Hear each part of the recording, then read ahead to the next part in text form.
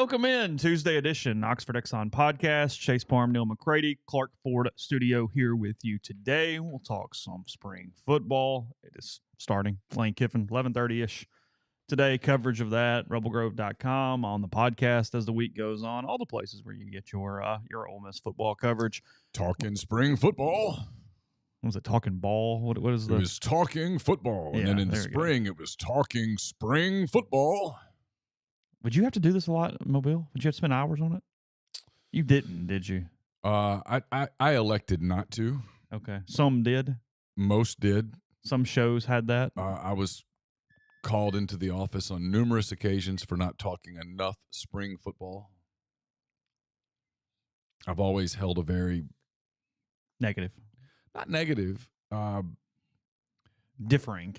I don't believe it is of the importance that some in the media, not fans, some in the media put on it. Yeah. I don't think that it is and I've been proven accurate, and I've talked to so many coaches who will tell you this, that it's important, but your team's fate is not determined by what happens in the spring. And even less so now in the portal era is it your team's fate determined by the spring. I mean, if you have a bad if Ole Miss has a struggling practice on Thursday or Saturday, it will have zero bearing on what happens when they play Tulane or whoever in September. Yeah. So we'll talk about that as the show goes on. Got a couple interesting comments inside football around the SEC West in the last 24 hours or so. So we'll get into those also here today on the show. The Oxford Exxon Highway 6 West in Oxford. Remember, you're still you can get on social media and have a chance to win those box seats for the series finale of all Ole Miss home baseball series this season. That includes Florida this week. Should be good to go on Sunday. I think it's a 1:30 start on Sunday against the Gators. Friday, a little weird from rain, but I think you're pretty good Saturday, Sunday, maybe a doubleheader on Saturday. Hashtag Rebel Ready at the Oxford Exxon. Put pictures, text, whatever you want. Whatever's going to win. Whatever you think's going to win, use that. Again, hashtag Rebel Ready at the Oxford Exxon. While you're doing that, you also let them take care of dinner tonight. Ribs, lunch plates, lunch special changes every day, 2 sides, bread, 32-ounce drink, all those different options there, including the 49-cent fill-up with the Blue Sky here locally in Oxford. And again, coming to you from the Clark Ford Studio. We are Clark Ford's in Amory, Mississippi. 662-257-1900 is the number. Call it. Ask for our buddy Corey Clark. Tell Corey what Ford product you're looking for. He'll send you a quote within 15 minutes in business hours. That's right to the bottom line. There's no hassle. There's no haggle. You get your quote. The rest is completely up to you. What Corey really wants to do is become your car guy, your truck guy.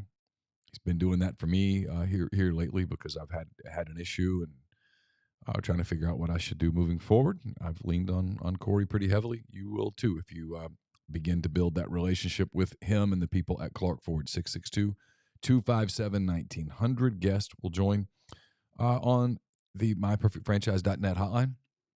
If you're a displaced corporate executive or you're wanting to put your career in your own hands, if you're an experienced entrepreneur wanting to diversify, Andy Ludicky can help. He owns multiple franchises and businesses. He uses his expertise to help others find their American dream through a very thorough and free consultation process. Call Andy. Put your life, your career in your own hands. It's 100% free. Got nothing to lose. Find your perfect franchise at myperfectfranchise.net or contact Andy at myperfectfranchise.net or 404-973-9901. So the comment yesterday that got less play, I found funny because of the way it completely played out. Jimbo Fisher talking yesterday, Texas A&M head coach. As we've talked about, there's a chance that A&M struck a gold mine in a positive way with Bobby Petrino calling plays this fall. He's obviously a very talented play caller, one of the best in the country. One of the things that Jimbo has struggled with in recent years is A&M has not been able to live up to expectations that people would expect for them. He gets asked yesterday who's going to call the plays this fall, and his initial comment is, quote, I mean, we'll go through that as we go. And then he stops, kind of catches himself, and following a few beats adds, but you can plan on him calling plays. I have no problem with that. Hold on a minute. Then you would have just said that to begin with, that Correct. Bobby calls the plays. It's his offense. We really trust and believe in him, and we're very excited about his tenure here at Texas A&M as the offensive coordinator. It's not what he said. No. We'll go through that as we go. Whew. Yep. Here we go. Already. It is March 21st, and that is a spring football thing that could have relevance as the fall gets here. I mean, I'm so excited for this train wreck. It's going to blow up. Can't wait. And Bobby Petrino's a pretty strong-minded guy who told it was his show. Who left a head coaching job where he was good. Look, they were good. And I mean, they would have tested a lot of people last season, and he was running his offense, and they were putting up yards and points and all that stuff. He left that to go run the A&M offense. And if you take away the A&M offense, Bobby Petrino is not one to slink into the corner. That's not who he is. We can make all the motorcycle jokes and all that stuff you want to. He's been a successful offensive coach throughout his life. That's not going to go well the first time that Jimbo meddles. And I don't know that Jimbo can't meddle. And that was a weird answer. And I don't know who is in charge over there. It's not Ross. I don't know who it is, but someone's got to go, hey, you do know that you can't roll 5-7 again. You just can't. You can't go 0 for Mississippi again. You can't. You can't lose to the whole damn West. And Jimbo, it was bad last year. And the one game you won in the league, you almost lost it, and probably should have lost it. He beat up LSU. That's right. Beat up LSU at the end.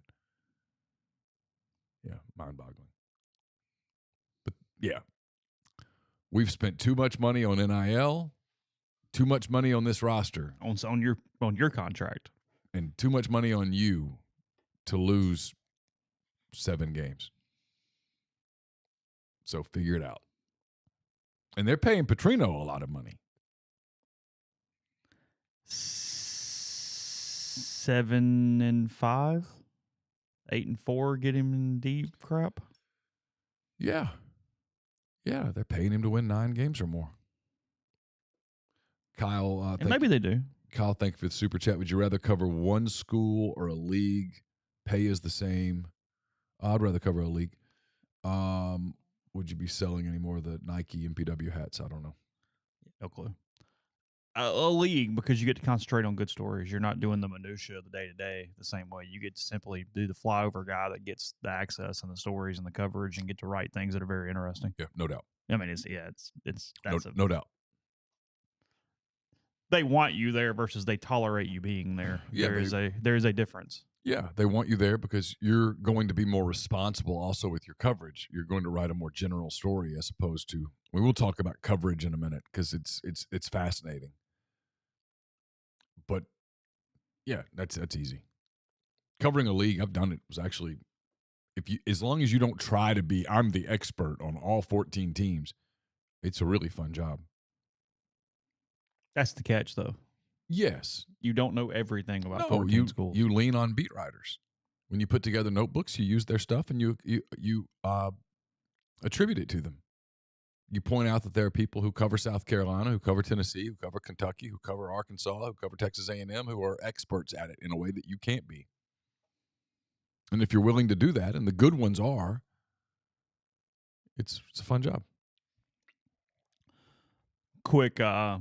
Couple quick notes that I'll forget otherwise. Ole Miss plays baseball tonight, 6:30. Arkansas Pine Bluff back in Oxford as Ole Miss begins a 4-game homestand. Florida this weekend. Pine Bluff tonight. They go to Pearl next Tuesday for Southern Miss. But and then Louisville beat Texas last night in the round of 32. So the Rebels will face the Louisville Cardinals in Seattle on Friday in the Sweet 16. Louisville was a 1 seed last year. I think they made the Final Four. Their assistant last year is now the head coach of Mississippi State. That's who replaced Vic Schaefer. Okay.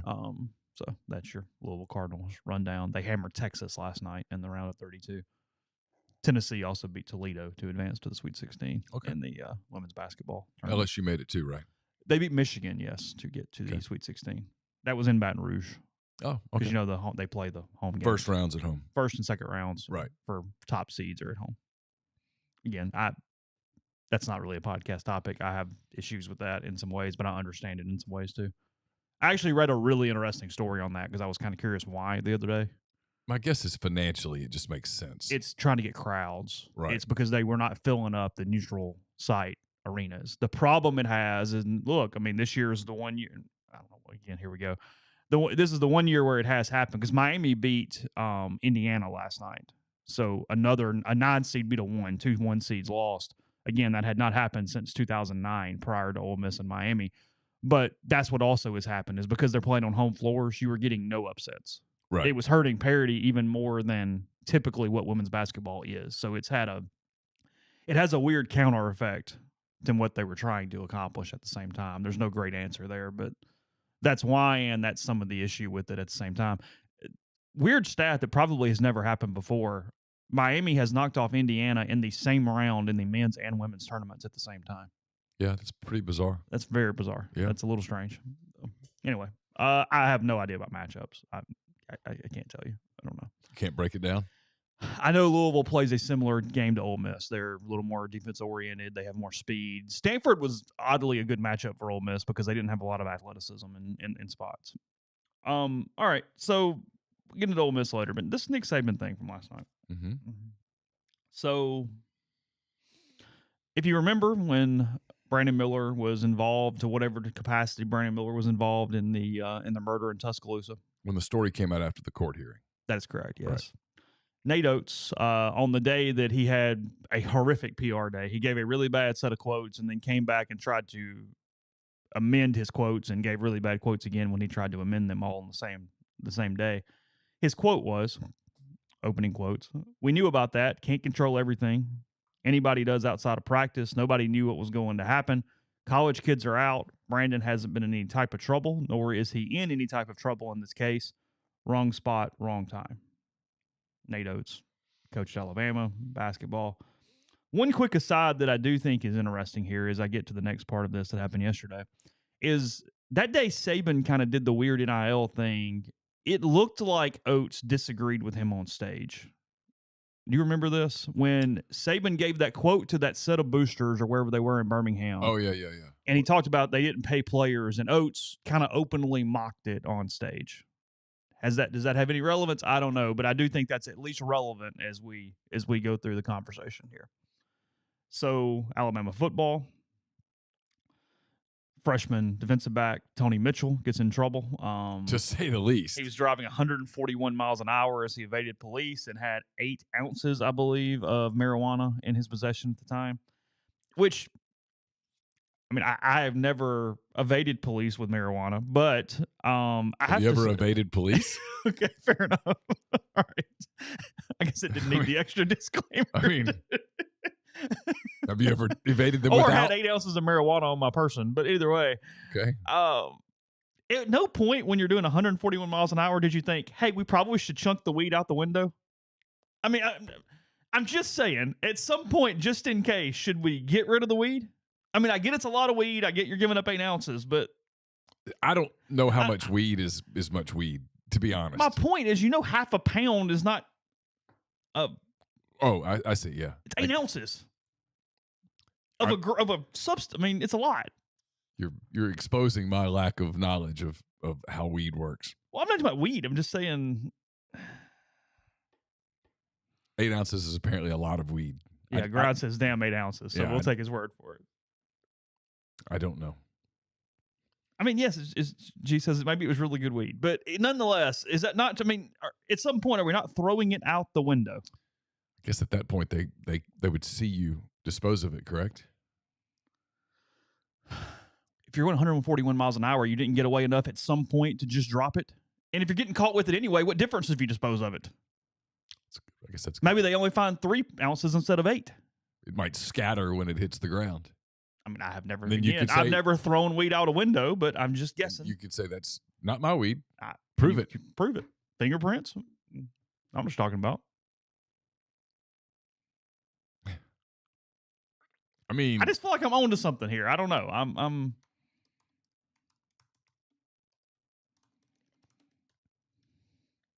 What? I mean, you got to wonder what Tony was thinking, but. Yeah, I mean, that's not really the point, but that was my first thought as I was reading it, even beyond. Grind says you can't throw 8 ounces of weed. What do you mean? I don't know. I'm not. How can you not throw it? Maybe it's too much to throw. Maybe that's a lot of weed. weed is light, so apparently that's a large volume of weed. I'm not judging people who imbibe in marijuana. It's just not my thing. No, I mean, so yeah, whatever. I don't know. I wouldn't. It was 226 grams, which is 7.97 ounces. Okay. Again. Some website called it a stunning amount. Oh. Again. I have no idea. I will take their word for it. It's just not my thing. I don't know. So you got caught. And I'm the guy, if I'm going more than about 85, I feel like I'm beginning to get out of control on the interstate. So 141 would be frowned upon? 141 would be a very uncomfortable speed for me on the interstate. He said it would be like throwing 4 footballs. They'd see you. Okay. Oh, that's good. My cop friend saw a guy toss his prosthetic leg full of drugs once, then claim it wasn't his leg. Feels like a hard sell. I mean,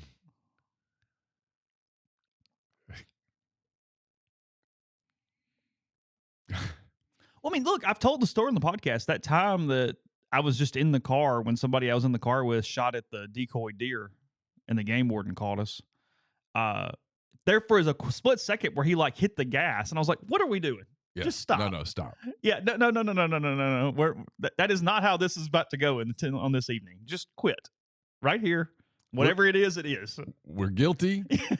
I'm not. Y'all are. But yeah. Stop the car. Yeah. Not running from the police. Or the game warden. No. Authority.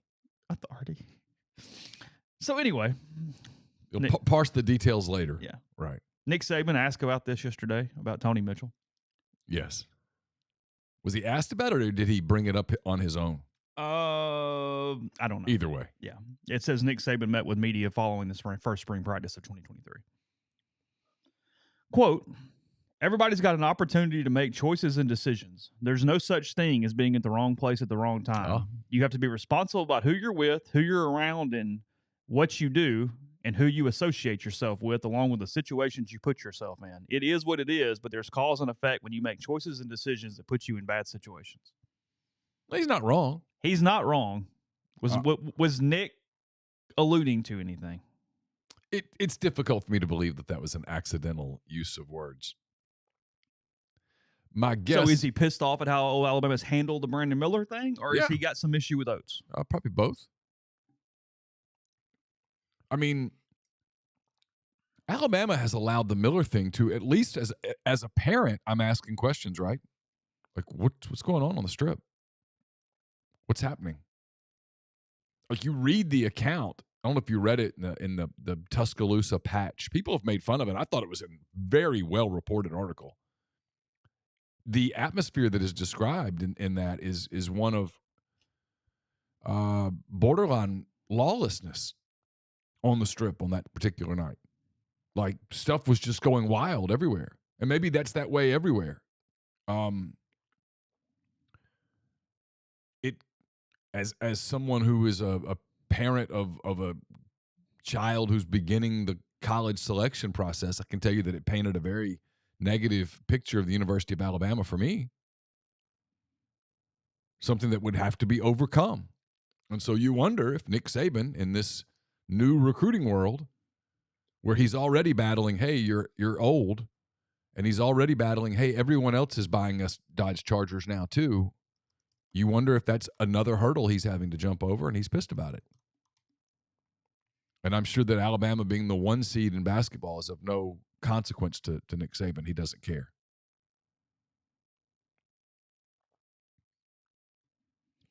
But feels like those words were intentionally used. He's a smart man. I doubt if that was just a coincidence. I guess it's possible, but I doubt it. So why did he pick the fight? Well, he's Nick Saban. Well, there is something to having enough juice to be able to say it He's without... got as much juice as he wants to have. I mean, I don't care whether Oates wins the national title or not. Saban's won, 6 of them? Yeah. I mean, he's got juice. He's not worried about offending anybody at Alabama. Well, no. I mean, he's the guy that if he just decides that they want to take over the baseball stadium, they will. I don't know. I mean, frustrated with it, doesn't approve of it, questions the flippant way in which Oates responded to that the first time? I mean, again, a young woman died. Somebody asked questions, by the way. To be guaranteed to be charged with trafficking of marijuana, if you were doing that, it takes 2.2 pounds. Oh. So they're still a good ways away from an Alabama law that would hit you with trafficking marijuana. So his smart argument would be, no, I just really love the stuff. I was going to consume it all. If he was close to an intent to distribute law, I can't find it. Okay. It appears that he's well inside the personal use, at least argument that he would be able to have. But the penalty is pretty stiff once you get into selling and trafficking. So, yeah, I would think intent to distribute would be more than just getting caught with a little bit on your person. I mean, if it's intent to distribute, it's minimum sentence of 2 years. Oh. And then it becomes much more severe if they can get you that you might potentially sell to a minor. So he's out until what? At least the second game of the year? I just assumed he was suspended for spring football. I mean, if you really want to punish him, you knock him out for spring football. He'll run a little extra in June. See, that's the thing here. That's the deal where when people roll their eyes, I don't know what Saban's going to do or not do. That's a good point, Grant. He goes, you buy by quarter ounces, not quarter pounds. Yeah, I mean, it look, it was a lot of freaking weed, okay? Yeah.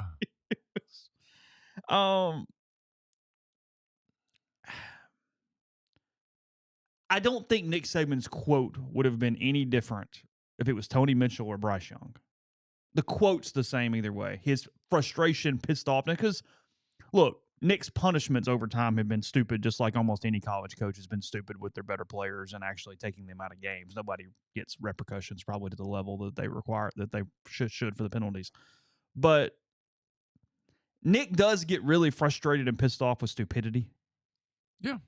He is more open with that than a lot of coaches are to just calling a spade and going, that was just really dumb. No, there's accountability. Yeah, it was phenomenally dumb. You're an idiot. I mean, if your kid calls you from the jail and says, yeah, so here's what happened. I had a half pound of weed and we ran from the cops 141 miles an hour. You're not pleased. You're not pleased. Not even, no. You would question a lot of things. Like where you failed. Yeah. Not quite done with it, but we'll come back to it in a second. I'll tell you about the Ole Miss Athletics Foundation. Football season will be here before you know it. Season ticket renewals are due March 31st. Renew now by logging onto your account on OleMissTix.com or call the ticket office at 662-915-7159. Also, Ole Miss basketball, men's and women's, currently accepting new season ticket orders for both basketball teams. You can submit those orders today by, again, 662-915-7159 or OleMissTix.com. Current season ticket holders can renew theirs starting July 1st. Walk On Sports Bistro puts everything they've got into bringing you game day with a taste of Louisiana. Dig into their mouth-watering, made-from-scratch Louisiana cuisine like po' boys, gumbo, voodoo shrimp, plus fan favorites like juicy burgers and fresh salads. 70-plus TVs, 40-plus ice-cold beers on tap. You can order online at walkons.com or on their convenient Walk-Ons app. Visit Walk-Ons today in Oxford or Ridgeland. The College Corner is your one-stop Rebel shop. 2 locations in the Jackson area and Ridgeland. It's next to Fleet Feet and Flowwood. It's next to Half Shell. You can also go to collegecornerstore.com. Largest selection of Rebel gear in central Mississippi.